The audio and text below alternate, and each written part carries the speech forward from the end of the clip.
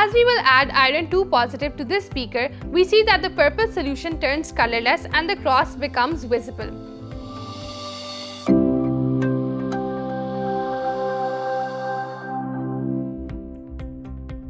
Let's quickly go over the process of making a milkshake. हमारे पास कुछ bananas, milk और sugar हैं जिसको ब्लेंड करके हम अपना मिल्कशेक बनाते हैं और हम देखते हैं कि जैसे जैसे हमारा मिल्कशेक फॉर्म होता जाता है हमारे रिएक्टेंट्स जो कि यहाँ हमारे इंग्रेडिएंट्स हैं क्वांटिटी में कम होते जाते हैं. So it's safe to conclude कि जैसे जैसे हमारा प्रोडक्ट क्वांटिटी में इंक्रीज करेगा हमारे रिएक्टेंट्स क्वांटिटी में डिक्रीज करेंगे.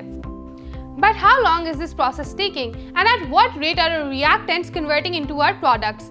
केमिस्ट्री में हम इस रेट ऑफ रिएक्शन को डिटरमिन करते हैं by calculating the change in volume of our reactants of our products and then dividing it by the time it took for this change to इनकर.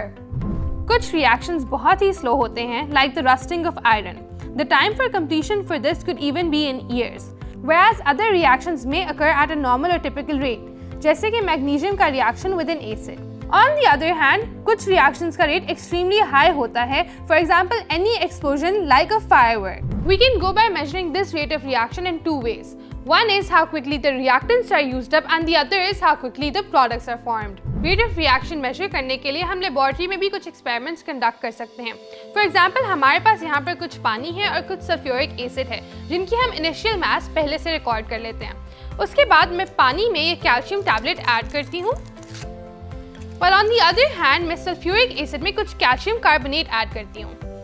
आप देखेंगे कि डिफरेंट रेट्स में दोनों में कार्बन डाइऑक्साइड बबल्स बनेंगे, which is why the mass of both the liquids will reduce. इस change in मास को टाइम से डिवाइड करके हम अपना रेट ऑफ रिएक्शन कैलकुलेट कर सकते हैं. For another example, let's put a cross on this surface.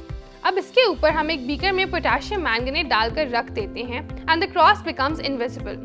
As we will add iron 2 positive to this beaker, we see that the purple solution turns colorless and the cross becomes visible.